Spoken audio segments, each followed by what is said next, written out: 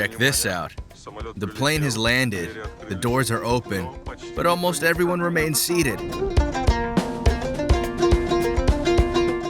You may be asking me where such well-behaved passengers are. My friends, I'm in Peru, one of the world's most fascinating countries, with huge mysterious lines in the desert, attracting UFOologists from all over the world. The plane made crazy curves so that passengers on both sides could see the famous desert lines. Even local road workers have traditional clothes on. Check out their hats, their uniform. Everyone's working. That's why they have fine roads here. Amiable and nice alpacas live in famous Machu Picchu. I'd say they're the only living locals. Garbage mountains flank the natural ones. The pigs take their garbage to the top and leave it. No one ever takes it away. The Salt Lake surface might catch your eye. Those guys got stuck here, and so did our car. I can hardly show you all local wonders in one video. An ice cream seller is speeding along the lane, but I'll try.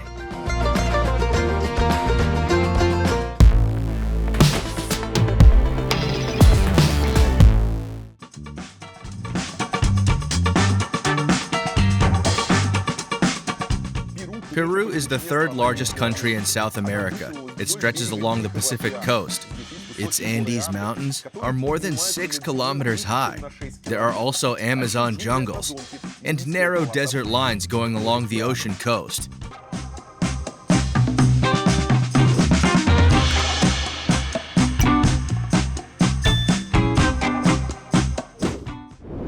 Here's a toll road.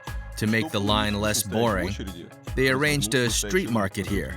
They sell buckets, globes, bolsters, cushions, some rugs, spades even. Here they're selling dried bananas and shovels. Why would we need them? And toy planes. Here's a guy with toy planes. They seem to have everything here, except for Fast Pass in the traffic jam. That would have been useful. He's selling shovels again. Nice shovels, by the way, and some kid stuff. Okay, I can see why he sells kid stuff. While choosing goods for selling, he was like, I'd better sell shovels. Why shovels? Who would need a shovel in a traffic jam? We left Lima and went south along the coast. After 3 hours, we are in Pisco, the department of Ica's capital. The city is located next to Nazca Valley, Paracas National Reserve, and vineyards. The tourists here are mainly lovers of nature, mysteries, and strong alcohol. Pisca is a small seaport in Peru, exporting guano, quicksilver, agricultural products, and other goods. On August 15, 2007, an earthquake measured 8.0 on the moment magnitude scale hit the town. According to mass media, nearly 80% of buildings were destroyed. More than 1,000 people died. 2,291 were injured. Nearly 431,000 residents of the town and suburbs were affected. The Church of San Clemente is the tragic symbol of the earthquake. It collapsed right during the service. More than 100 people died. Even after so many years, Pisco still hasn't recovered from the natural disaster. The town still has ruined buildings and looks rather gloomy. The brightest and nicest thing that I saw here is the numerous motorcycle taxis. Here's the church that was severely damaged during the earthquake. It's closed for now. Looks like it can't be restored. They built a new one next to it, a modern one for people to attend it. The old church is still here, commemorating the 2007 earthquake. Here are flamingos right in the sea. Check this out. They're surrounded with rubbish. You may think flamingos must live in a romantic place. But no, here they live in rubbish. A flock of flamingos is fishing in shallow waters. Flamingos look cute, but I couldn't come close. As soon as I tried to, they flew away. It's a shame. They live in rubbish, in construction rubbish. Flamingos turned out to be not as romantic as they may seem. The main Pisco's feature, which the town was named after, is the local alcoholic beverage. It's made of distilled white wine. Adding water during the production is strictly prohibited. First, it decreases the strength and damages the original taste. Secondly, water is mainly added to Chilean Pisco, and Peruvians deny it entirely. In case you don't know, Peru and Chile have argued for ages about whose beverage can be called Pisco. Peruvians claim Pisco was invented in Peru, and say Chilean technology is completely different. Pisco sour cocktail was declared a symbol of Peruvian heritage. But Chile's still the main producer and exporter of Pisco. I arrived at Pisco not for their booze. They have something more charming. I have to lift up into the air to see it. My friends, let me show you one of Peru's main landmarks, a place many UFOologists and psychic challenge fans dream of. I will fly above the famous Nazca geoglyphs. In the middle of the 20th century, a team of archaeologists discovered 30 mysterious figures depicting animals, insects, flowers, birds, and one human-like being in this desolate valley.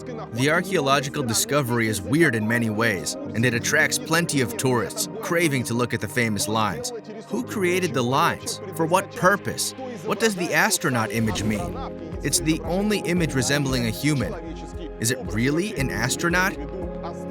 Whoever the ancient Peruvians were, how could they apply the valley lines and images so precisely and clearly?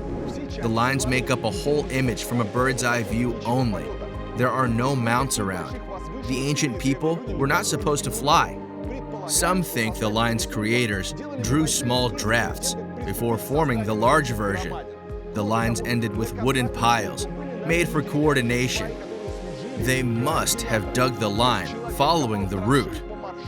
If they lost their way, they adjusted it, according to the prominent pile. But still, no one knows the purpose of the lines. Of course, many believe in their alien origin. You will certainly find a local guide who tells you some aliens created them, or they were made for aliens. There's no real reason to believe the lines have a kind of supernatural origin. Yes, the guys apparently wanted to draw large symbols here. It could be part of a religious ritual, but they hardly have ever seen the full result of their work. To see it fully, you have to rent a plane and enjoy the scene from a bird's eye view. That's what I'm about to do now. Let's go to Pisco Airport. There are no large planes here now. They may arrive here from time to time. There must be a reason for the huge airport. For now, I see small planes only. People rent them to look at the huge mysterious symbols in Nazca Desert. The flight has a big advantage. You see the guy back there? With all the things he's doing, he must be a famous Spanish blogger. He keeps using his camera, saying something for it. I guess I can simply film him, translate his speech later, and here's a video for me. In fact, I can simply take his flash drive, or steal it. The lines are often connected to astronomy and astrology. They either represent the constellations the ancient Nazca Valley residents have seen, or were used for fortune telling. Well, they are used for the local airport's income now.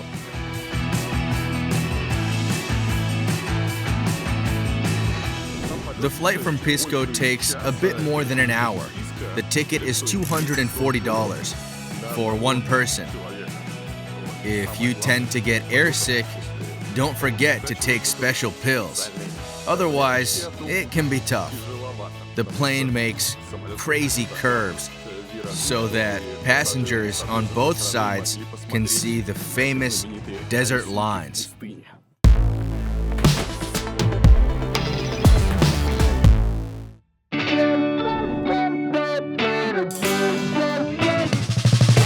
Modern Peruvians are mysterious too.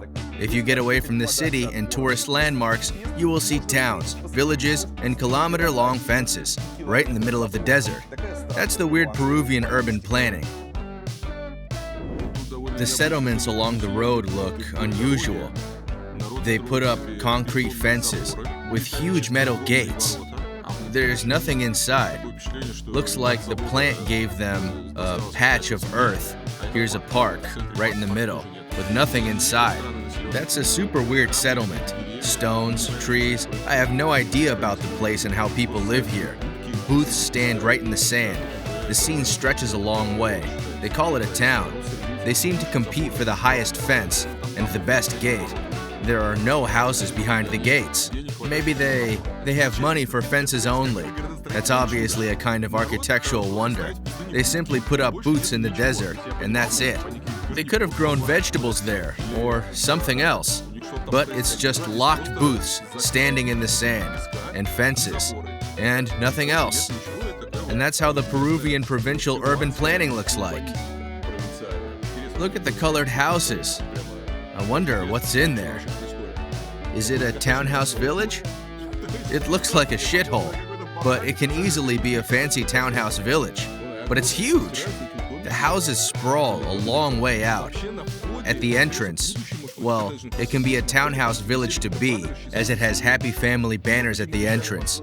Maybe they were promised to get fine houses, but in the end, check out the checkpoint over there. There's a happy family banner. Peruvians may also surprise you with their unpleasant habits. Town and village suburbs are often littered all over. The dump sites are unofficial. People just come and leave their garbage here, and no one cares about ecology. That's how Peruvian village suburbs look like. That's a kind of no tourist area. The village ends here, the road goes along, and people use the roadside as a dump site.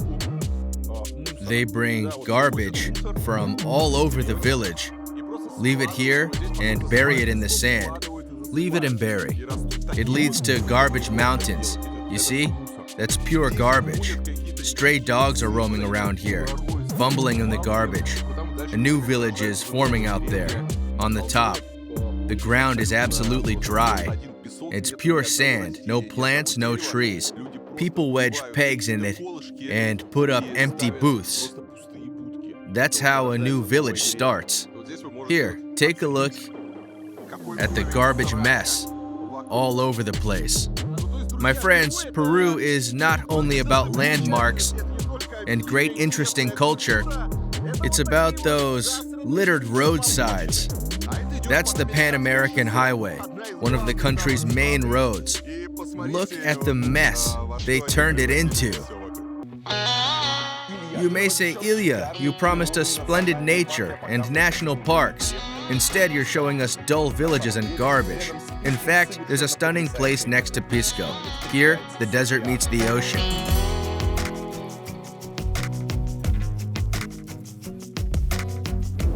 That's how the beach looks like.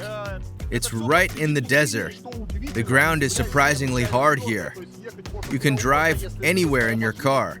You drive along the wonderful desert and suddenly find yourself on the splendid beach. My friends, it's just stunning. It must be one of the world's most beautiful places. I can't believe my eyes, especially in the morning with no bright sunlight, with pastel colors all around, on the hills, mountains, in the desert. Well, it's stunning. It's magnificent. Fishermen usually come here. It's morning and no one's around. Coronavirus let us see the deserted beauty. Here's a fisherman. He arrived on a bike. It's amazing. You see those cliffs? It really is one of the most beautiful places in the world. I've never seen anything that beautiful.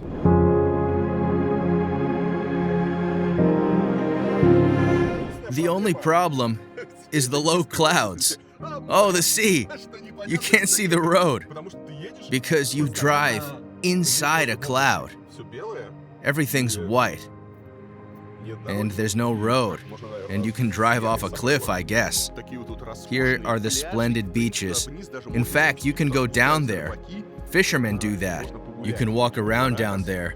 My friends plan a whole day for Paracas, or even a couple of days. The area is stunning. You can admire the view of beaches and rocks, and enjoy the absence of people. There are almost no people, except for the fishermen.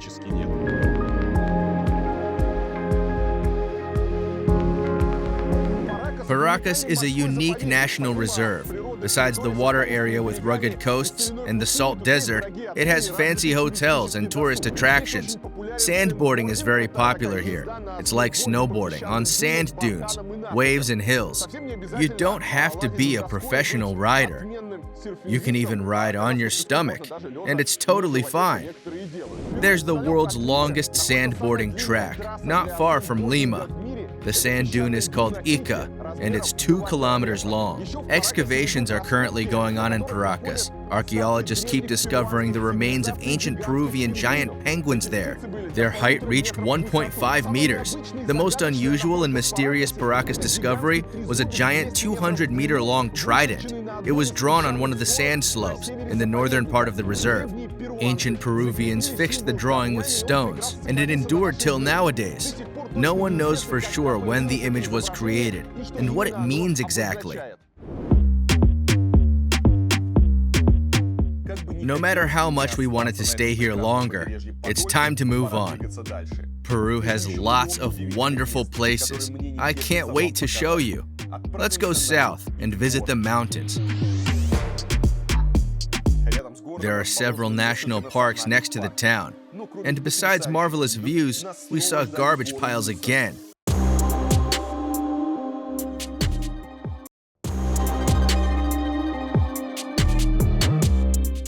We climbed that high not for the garbage. There's a salt lake, some 2-hour drive from Arequipa.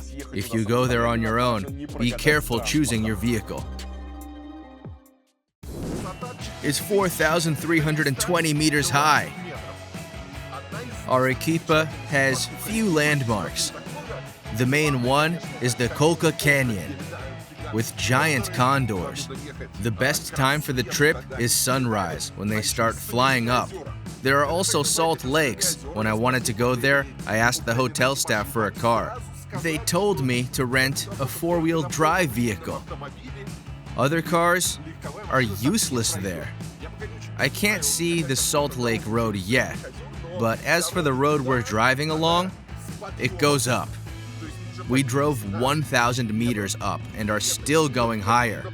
At nearly 4,300 meters height, there are salt lakes. We are supposed to see flamingos, llamas, wonderful plants, and marvelous sights. The road here is unpaved, and no grader visited it lately. It's rather bumpy, especially on the curves. I was surprised to see shuttles and buses meeting us halfway, or half-dead taxi cars. I wonder how they are still runners, but the view is amazing, of course. It's incredible.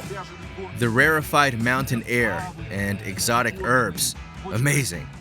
I can't wait to see the salt lakes. The sand is variously colored. I'd like to get in there. One more shuttle. It's just stunning. I can see the Salt Lakes over there, a white strap over there. The wonder we're arriving at. Just look at the road.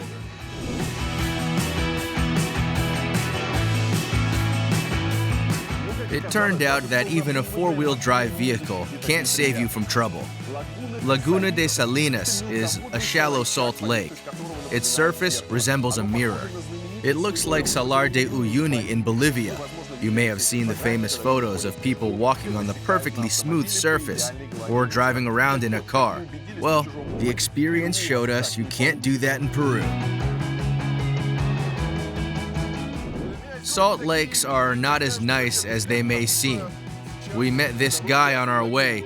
He told us they got stuck somewhere on the lake. Let's go help them. The guys, they were driving along and got stuck in the mud. How can we help them out? The guys are tying a rope to the car. They will try to rescue them. I'm not sure they can do that, but at least they'll try. Now we know it's not a good idea to drive around the lake.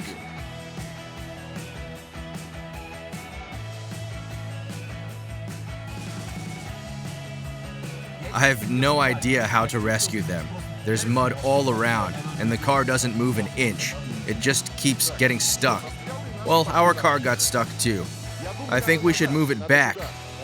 Back and over there somehow. Those guys got stuck here, and so did our car. I didn't get stuck entirely. They went to fetch some sand and stones. Here's the plan.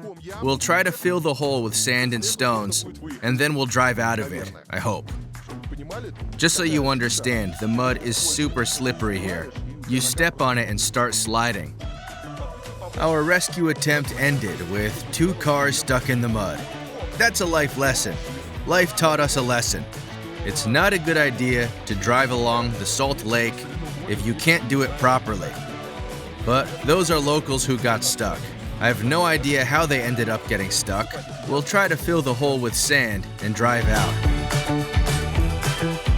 My friends, if you get stuck in a salt lake and it seems like the game's over and there's no way out, if you're in despair, just take a bag full of sand and stones and ask your good friends to fill up the hole and you'll be fine.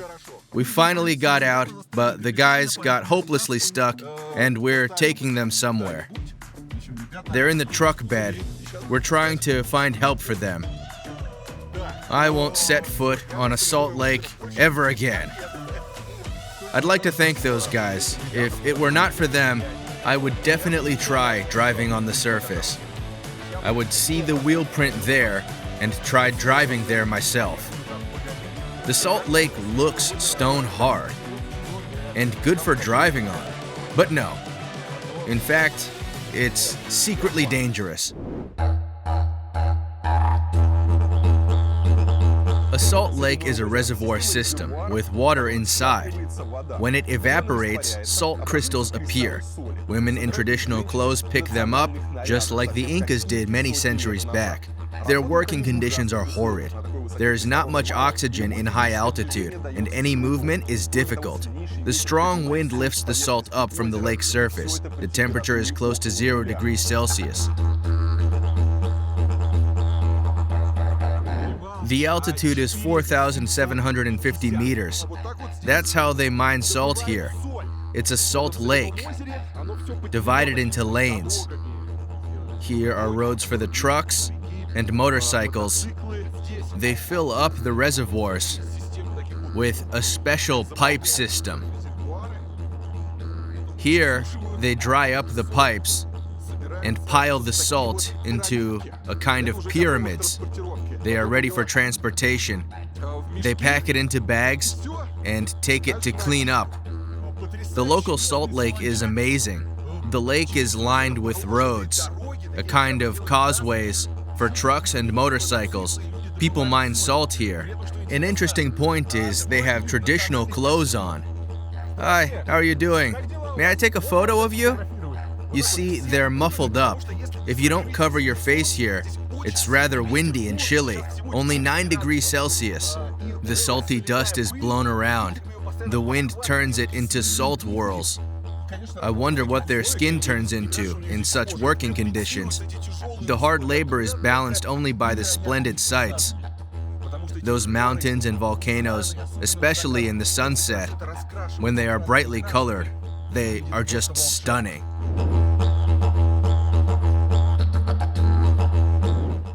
That's how a village looks like. Hi, may I take a photo of you? Would you come closer? Here, check out the amazing kids. They have hats on because it's rather chilly. Okay, fine, thank you. The road is unpaved. The roofs are stone fixed because of the wind. I'm making this video on the 2nd of November. It's Catholic All Souls Day. It comes right after All Saints Day. You know, All Saints Day, it comes with Halloween. As for All Souls Day, on the day, Catholics visit their passed-off relatives at cemeteries. They clean the graves and share food. It all looks very festive. They come not only to clean the graves, they also have feasts with music bands.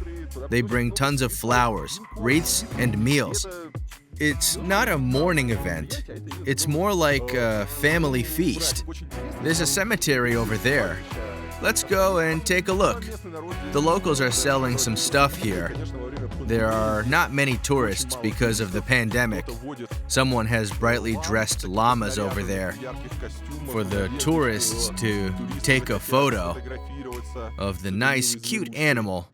Interestingly, the locals have traditional clothes on. The outfit looks natural on them. They don't get dressed for the tourists. Well, maybe except for the hats. They actually wear such clothes. If you come to a remote village, you'll see similarly dressed people there. The cathedral is currently being restored. It was built in 1810.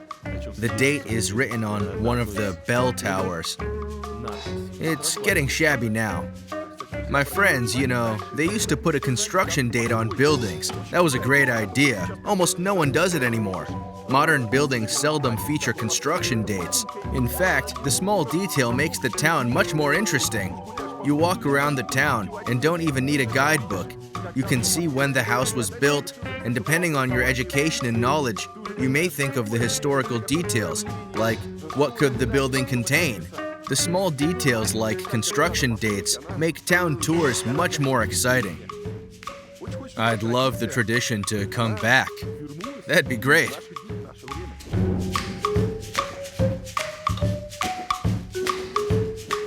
People celebrate the Day of the Dead in many Latin American countries.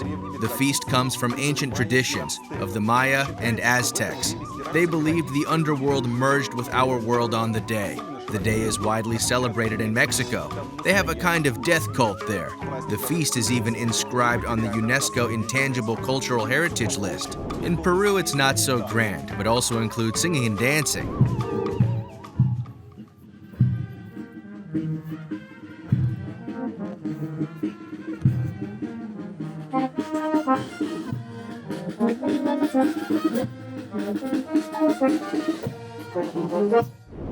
One more peculiar tradition is, some Peruvians don't throw garbage on roadsides. Instead, they arrange creative utilization. Let me show you the roadside scenes and monuments they create in Peru. Look, they made a dummy looking like a climber or something. I have no idea what happened to the man to whom it was devoted. Lots of beer bottles are scattered around. Here's a TV set and even a toilet. A peculiar and spooky sculpture stands on the roadside, and there are lots of them here. The locals are very creative when it comes to remembrance. My friends, here's the Colca Canyon behind me. Amazing place. In the mornings, giant condors fly around. I didn't see any of them this time because I arrived too late. They fly above the abyss until 10 a.m., but they are definitely worth an early rise. When I first arrived in Peru in 2009, I arrived at the canyon at 6 a.m. to see the amazing bird's flight. You'll get the best view from the Cruz del Condor viewpoint. The name means the Condor Cross.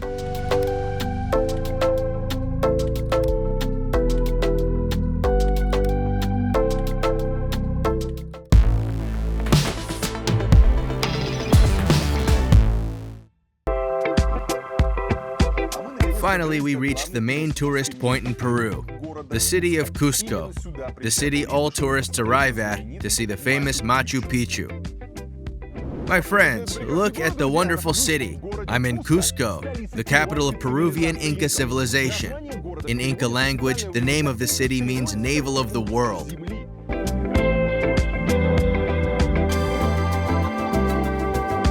Cusco has all ups and downs of a tourist city. Its historic center was rearranged and restored. It looks nice, but resembles a film set. Cusco's historical center must be the main landmark in Peru, the major tourist attraction.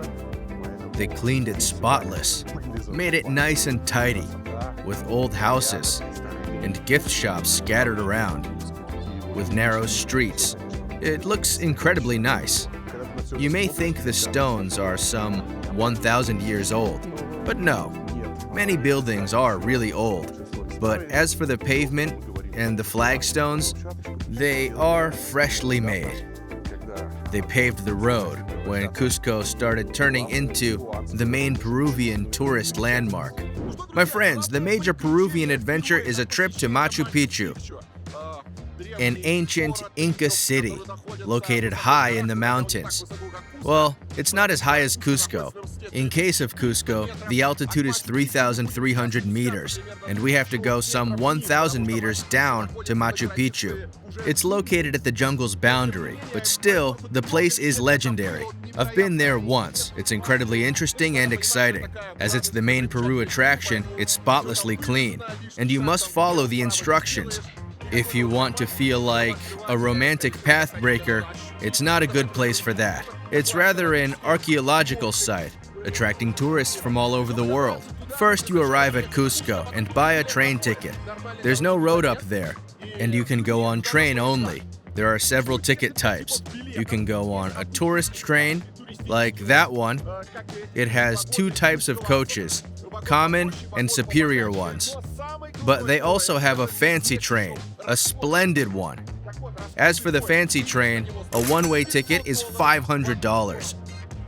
That's the most expensive ticket here. The $500 ticket includes meeting you at the station, a glass of champagne, a kind of show, and of course, an incredibly luxurious trip. It takes long. It's 3.5 hours. If you want a luxurious trip, you must pay $500 for a one-way ticket. A common train ticket is about $70 or $80. For $500, you get a carpeted platform and a flowered entrance. It looks truly splendid. That's how the train looks inside. Everyone has their own table. That's how the Machu Picchu train bar looks like. Well, I could do without Machu Picchu now. Why would I wait for it? The bar has everything I need. As the railway is single track, all trains go from Cusco to Machu Picchu in the morning. In the afternoon, they go back. If something goes wrong with one train, everyone will get stuck in a traffic jam. You can't go to Machu Picchu in the morning and come back the next morning. Either you come back on the same day or spend 2 full days there. The sights on the way are incredible. The railway goes along the rocks, literally at arm's length. It's stunningly beautiful.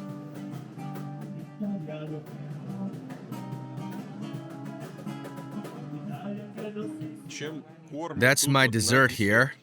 It looks wonderful. It's cold mango soup with cream and flowers. That's for dessert. Before that, I had a salad and delicious meat. The lunch on my way to Machu Picchu was awesome.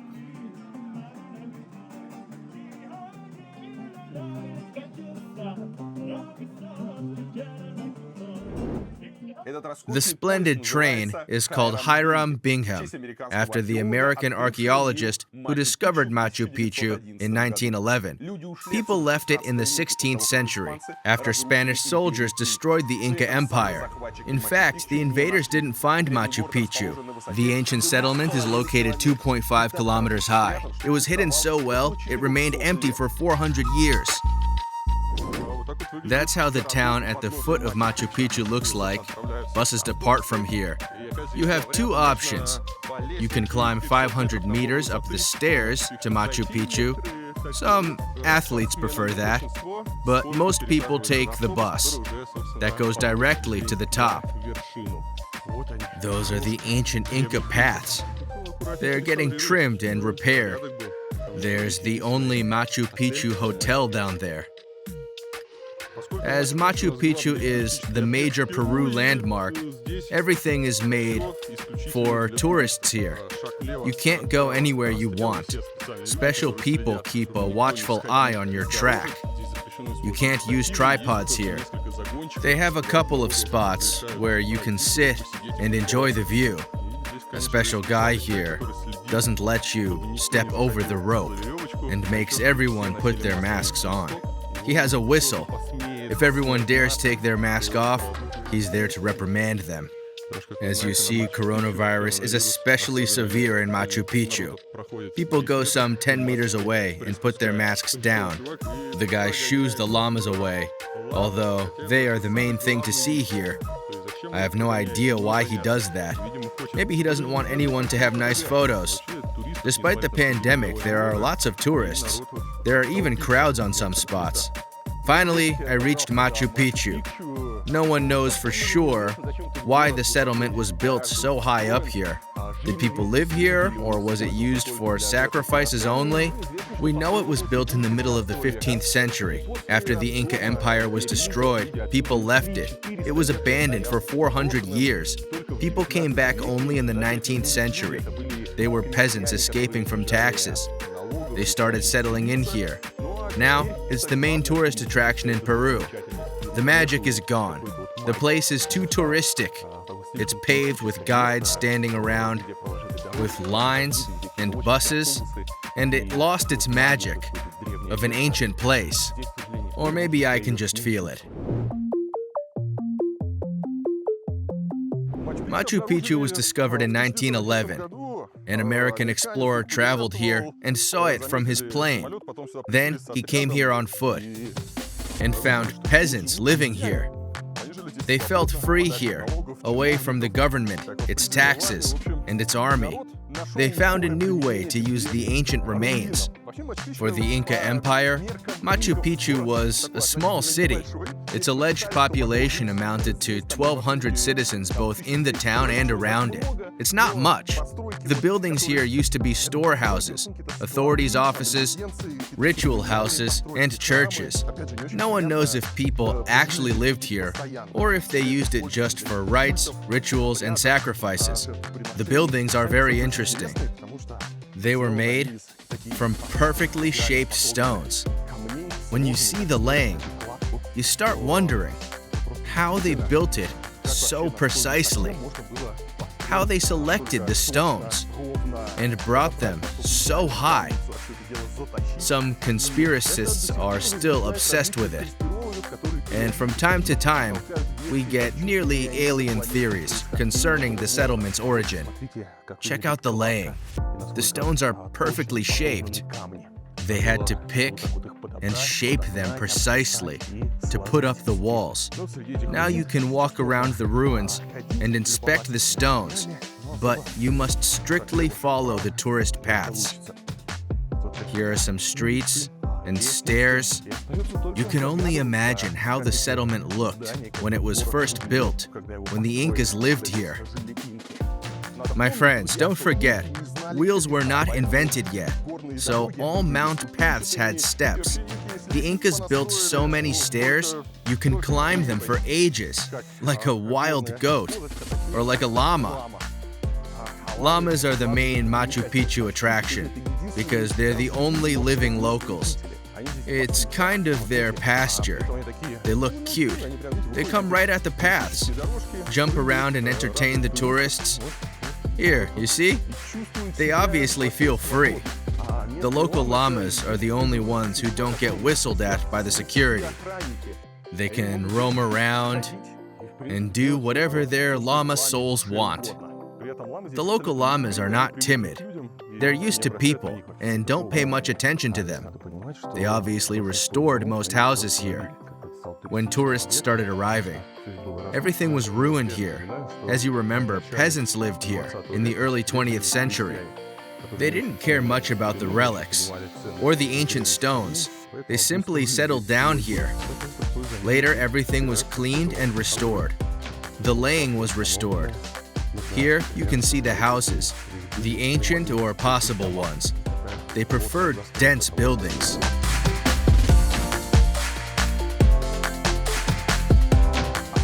One more landmark appeared around Cusco recently. If you consider Machu Picchu too trivial, try visiting Rainbow Mountains. But bear in mind, it's not an easy ride.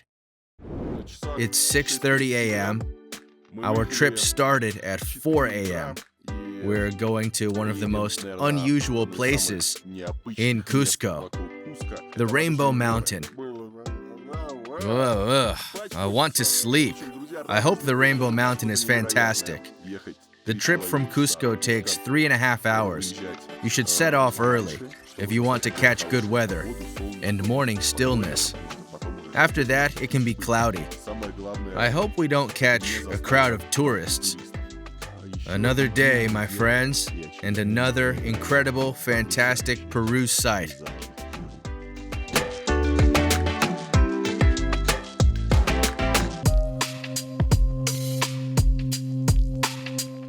The new landmark became popular at once. The locals realized they could get money from tourists. One way is to lend them your horse. Here's a camping site. People come here with their horses. They earn money this way, lending the horses to tourists to climb the mountain. Soon, there will be lots of tourists. By 7 a.m., around 60 cars will arrive. If you want to avoid the crowd, you should arrive early. Hello, morning. The people here are...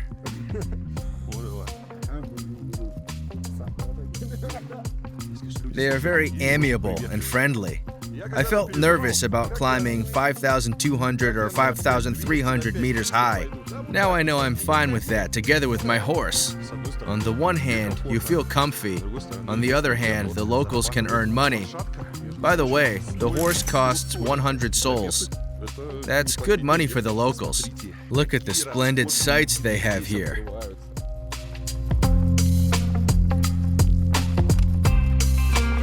Are you okay to work? Yes, definitely. How many times you have been here? Maybe 50 times? 50 times. Yeah. So, I like exercising. It's the best way to detox also the body. As for the locals, if you grew up at the altitude, you can easily run or jump here. If you're not used to 5,000 meters altitude, it's hard to even move. The horses fart while I'm making the video. The video will have horse fart as background music. But you can't ride to the top on horseback. At 4,900 meters altitude, there's an upper horse station. Up there, you have to dismount and continue on foot. How are you feeling? It's good? Too hard. Yeah, you made it very fast. Where is our horses? The final stop for the horses is far away down. Why? Why? Because this part has to be preserved intact. We don't need too many horses on top. Also, there's no room. There's a lot of people. So to take safety guidelines and also to preserve the nature, they decided to make the horses park down below. Okay. By the way, we are at only some few meters. You can see the mountain top. That's the summit. So we go here. That's the top part of the hike. We're almost at 5,000 meters altitude. He says we're going all the way up. It's hard to go there unprepared. I won't go 5,000 meters up anymore. Ever. They took my horse away. I thought that'd be a kind of royal hike up to the top on horseback to enjoy the view and go back down, but no. You can only ride up to 4,900 meters, up to there. After that, they say, here are the stairs. Here's the top. From now on, you go on foot. Like they say in a Soviet movie, the poor have no servants. On foot only. We can do that. The air composition here, the oxygen, it's same than sea level. The big difference is here we have low pressure. Consequently, the breathing is hard, which means at sea level or here, the oxygen is 25%, 21%, which is good, but you don't have red cells that we have that brings oxygen to the brain, to the body, so you have hard breathing. But we locals, we have more red cells, which help us to breathing.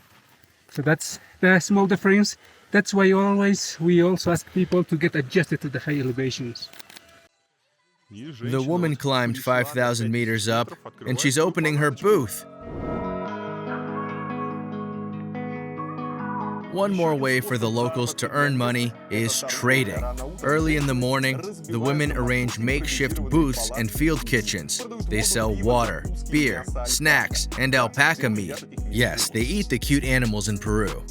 Chicharron is deep fried alpaca's meat. Absolutely right. Yes. It's very spicy. Organic because they don't use any fat. Spicy. Salt, Salt. spice. That's it. Все They жарится fry на it using natural fat. жиру. Noemi is her name.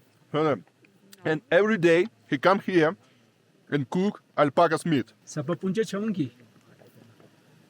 Okay, with the head she's saying yes. Yes. Every day she come here for 10 kilometers Yes, that's with right. all this stuff. Yes, as I said, she has a horse. Part of this stuff she packs on the horse, and also she carries about 20 kilos. Это make Here's how they cook alpaca meat. They cook it like a doner kebab. They boil it constantly. Down there, she has ready-to-eat pieces. She takes them up and sells them.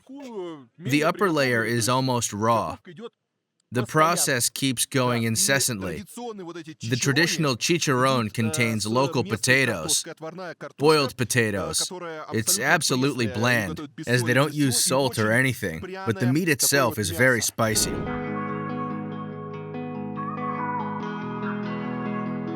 Alpacas are most valuable for their fur. It's warmer than sheep fur, light and non-allergic. It's used in clothes, blankets, and shawls. 87% of world's alpacas live in Peru. For a long time, they were thought to originate from llamas. Some years ago, scientists stated their ancestors are vicuñas. They also live in Peruvian mountains. There are two types of alpacas, Suri and Huacaya. Some of you still think global warming is a conspiratorial fiction. I'm here to prove you wrong. Let me show you the new landmark in Cusco region. We wouldn't ever see it if it were not for the global climate changes. Look what we have here. The Rainbow Mountain.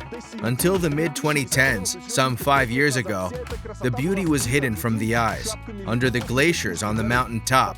Then the snow caps melted, and the mountains attracted attention at once. If you're lucky, you can catch the short period when it becomes an alpaca's pasture. As for the colored mountain stripes, you can see them all year long. They are caused by the mountain's mineral composition. Say, the pink stripes are associated with red clay. The white ones come from quartz, sandstone, and marl. Until lately, large mining was supposed to start here. In 2019, the Ministry of Environment and the National Service of Natural Areas Protected by the state declared the Rainbow Mountain the new nature reserve of Cusco. No place for mining here now, only tourists, horses, and locals, earning money with that. They have businesses here now. Early in the morning, they bring their horses, tea, and souvenirs, llamas, and alpacas.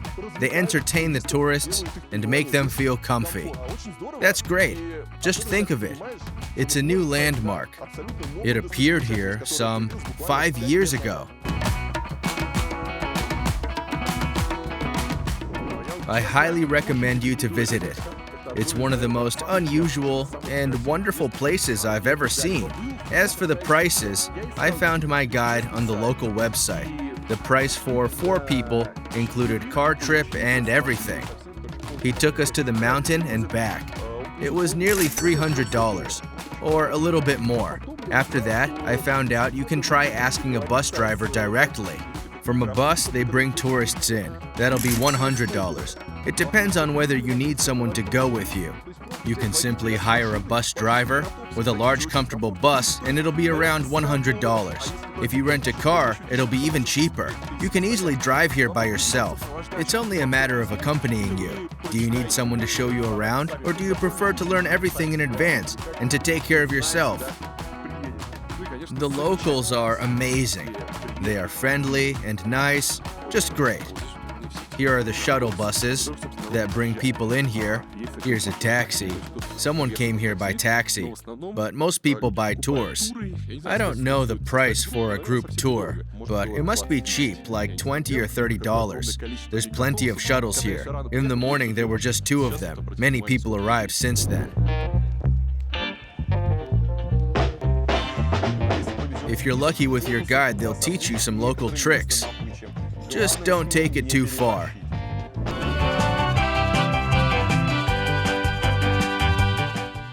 I was going to see the mountain only, but with so many locals around, I wanted to learn more about their life and how it changed with the tourist influx. I persuaded my guide to visit the village. There are many Quechua people in Cusco province. In the mid-2000s, the locals spoke more Quechua than Spanish.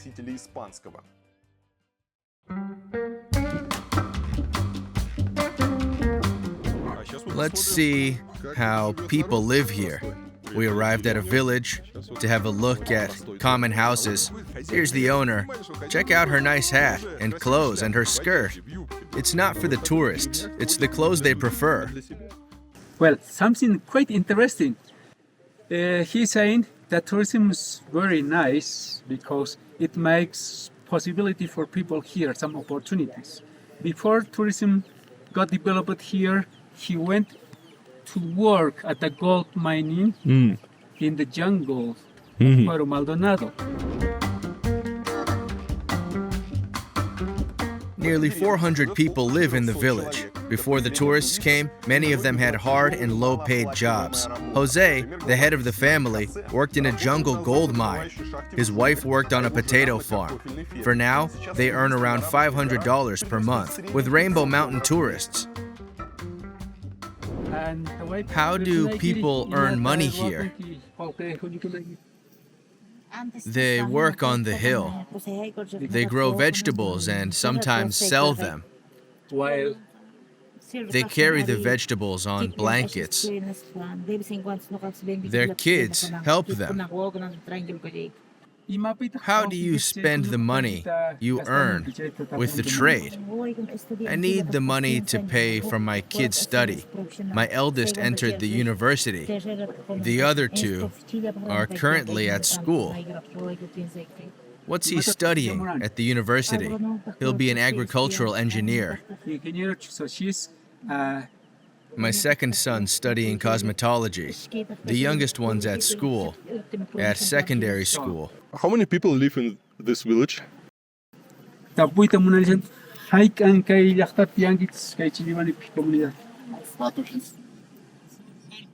400.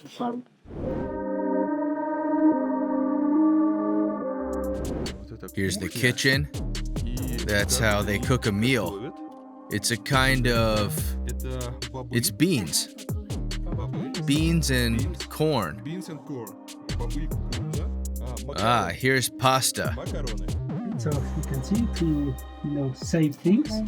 They have things, fruits. They buy also with the money. Because it's important for the body. So vegetables, and also some powder, other kinds. Of course, from the market, beef sometimes, but it's not their main diet. Why? It's expensive for them? The number one, it's expensive, but also since all the times they used to eat semi-vegetarian food, organic potatoes, vegetables. But always they have meat also, but meat's considered special. So when they have birthday celebrations. How often do they eat meat? How often do you eat meat? Every day? Once a week, sometimes twice a week. This is a kitchen. It is the kitchen, yes, where they make the food, breakfast, lunch, dinner. Where do they have food? They go to the market, but also some people, they bring here in the little vans, they sell. It's like the running market, they call it. So they buy their local products. They bring also rice, meat, chicken, but also they have local chicken here. They farm chicken and they have guinea pigs as well in homes. They have chicken, but they bought eggs. They buy, yes, because it's not enough, you know. As I tell you, it's special. They buy when the chickens so baby. They take them like 3-4 months. Then when they think it's special day, so they kill. They have chicken soup is very delicious food they consider, and they eat always. They have smaller doorways because at this elevation it's cold. So if you want one room, so you need to make small doorway. That's why they have always. As it's cold here, they make low doorways because it's hard to keep the house warm. That's the master bedroom. A rope with hanging clothes serves as a wardrobe. Here's a table and a bed. Here's a lamp. May I turn it on? Okay. Here's light. Well, look at this one. When they have to work in buildings, so they have tools also. So also you can see Punya Nawasi bedroom. Yes, that's what it means, bedroom. That's the second bedroom. Something important, we surprised them, so they were not expecting any visitors. So otherwise, they would even fix up better. But we wanted to see the real, natural. I'm performing a very dangerous move. I'm crawling down the ladder. That's how the house looks like. A tiny and tidy kitchen, a toilet the local mayor built for them, and that's the house, with bedrooms and everything.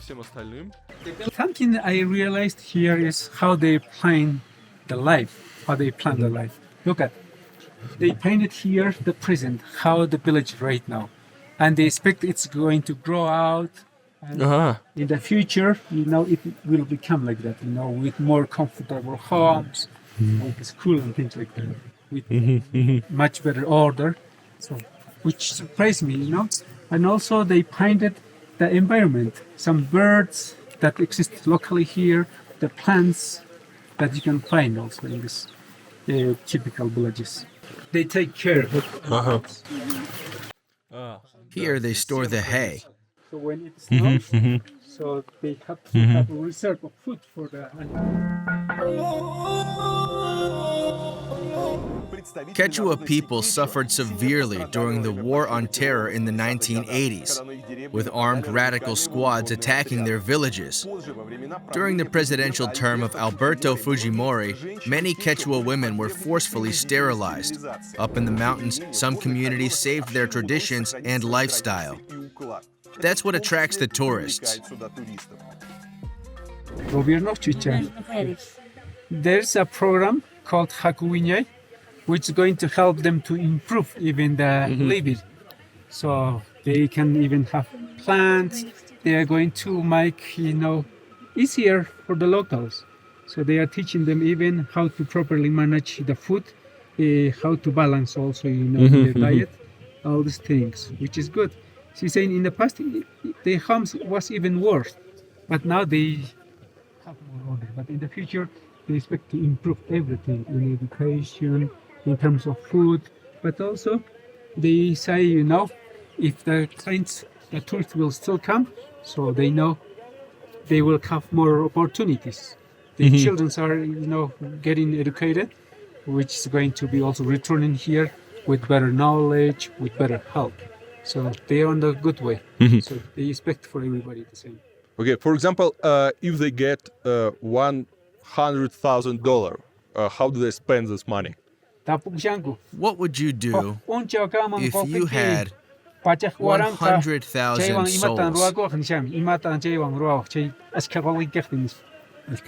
I would build a better house to serve the tourists better.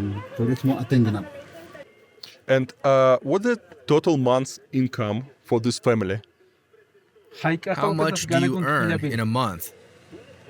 1,500 a month. We pay for the kids' study. So all this money is spent right now in the children, in the school. So they don't have any more, a lot of more money for them. That's what they say. And Can you tell us about this dress?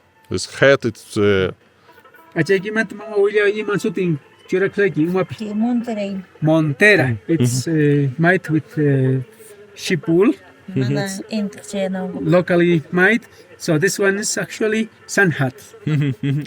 it's protect from. It's protect for the sun. How many layers? Hai kapatat It's pegan have. faldegir. Skiba del gish. Only two this time. Two layers. Two layers. It's not too cold, but when it's colder, they add more. Shirimuftin yapagumji. Я погоны я ман. Васип тяны слиги. Ачер блоке. Ачер. Кайгнап стар пулерек бешана. Yeah, she's like regular outfit when she's in home. When she goes out, she has nice clothes. As you can see, newer, the balcony right now. Those are her festive skirts drying over there. She puts them on when she goes out. She has some home clothes on now. You may think she put on her smartest clothes waiting for us, but they were not expecting us. We were driving by, and that was the first inhabited house we saw. Most villages are empty now. The locals work with tourists and climb up the mountains to feed and entertain them. The villages are almost empty in the daytime. We found the house and burst in without warning. Our guide walked in first and asked for permission. They allowed us to film the house. But mind it, that's how they dress. That's how they live. They were not ready for us. They didn't dress up to please us.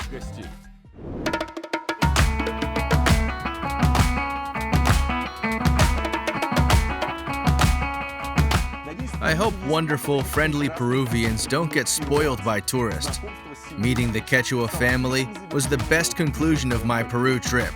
It was full of impressions. Peru has so many exciting places. I did my best to fit them in one video. Now you know Peru is more than just Machu Picchu, alpacas, and geoglyphs. Peru has wonderful mountains, deep canyons, ocean coast, amazing stories, and lovely Peruvian women in their splendid clothes. Peruvian beauty is worth at least your like. If you watch my channel without subscribing, you make Peruvian alpacas sad. Subscribe, my friends, and don't miss my new videos.